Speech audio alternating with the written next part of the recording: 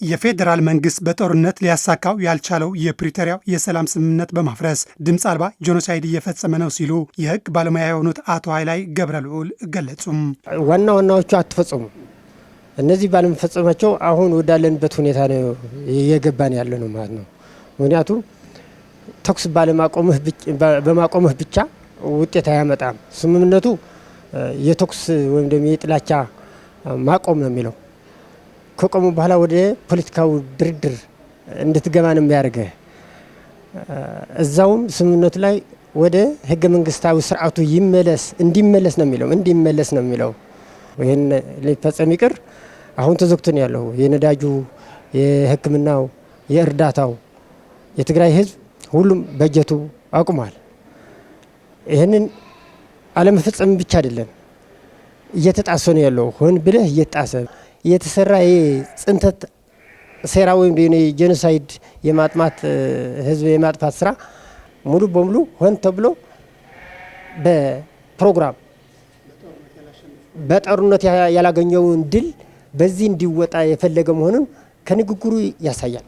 የትግራይ መንግስትና ህወሓት የፕሪቶሪያው የሰላም ስምምነት በሙሉነት እንዲፈጸም ለሰላም ያላቸው ቁርጠኝነትና ከነሱ የሚጠበቀውን ስራ ቢሰሩም የፌዴራል መንግስት ግን ስምምነቱ በግላጭ በመጣስ በትግራይ ህዝብ ላይ የጭካኔ በትር እያሳረፈ ይገኛል ሲሉም አቶ ኃይላይ ይናገራሉ።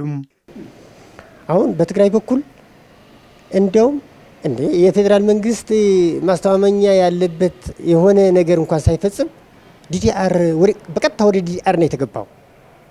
አሁን በጣም ምን አይነት ዝግጁ መሆኑን ለሰላም ምን አይነት ዝግጁ መሆኑን የሚያሳይ ነው በትግራይ በኩል የተፈጸመ። ያኔ መንግስትም ራሱ ፈርሷል። እንዲፈርስ የተደረገው መስዋዕት እኮ ነው እየተከፈለ ያለው። ይህንን መንግስት ጊዜያዊ አስተዳደር በመመስረትህ የነበረው ህጋዊ መንግስት ብለህ ህዝብ የመረጠው መንግስት ስታፈርስ እኮ ተዋዋይ ወገንህ እንዲያምንህና በቅንነት እንዲገባልህ ወደ ነበርክበት እንድትመለስ የምታደርገው ጥረት ነው። ለሰላም ያለው ዋጋ ምን ያህል መስዋዕት እንደሚከፍል የሚያሳይ ነው። የፌዴራል መንግስት ያለው አያስመስልም። በዛን ጊዜ በቃ ይሄን የሚያንበረክክበት መንገድ ብቻ ነው እየፈለገ ያለ። አሁን ከዚህ በተለይም አሁን ከሚፈጸሙ ጋር አስተያይዘው ማለት ነው። የሰላምና የፖለቲካዊ ድርድር በር የዘጋው የፌዴራል መንግስት የትግራይ ህዝብ ለማንበርከክና ለማጥፋት የተለያዩ ክልከላዎች እያደረገ እንደሆነ የገለጹት አቶ ኃይላይ የትግራይ ህዝብ አንድነቱን በማጠናከር የተደቀነበት አደጋ በጋራ መመከት ብቸኛ መፍትሄ ነውም ይላሉ። አደጋ ውስጥ ነው ያለው።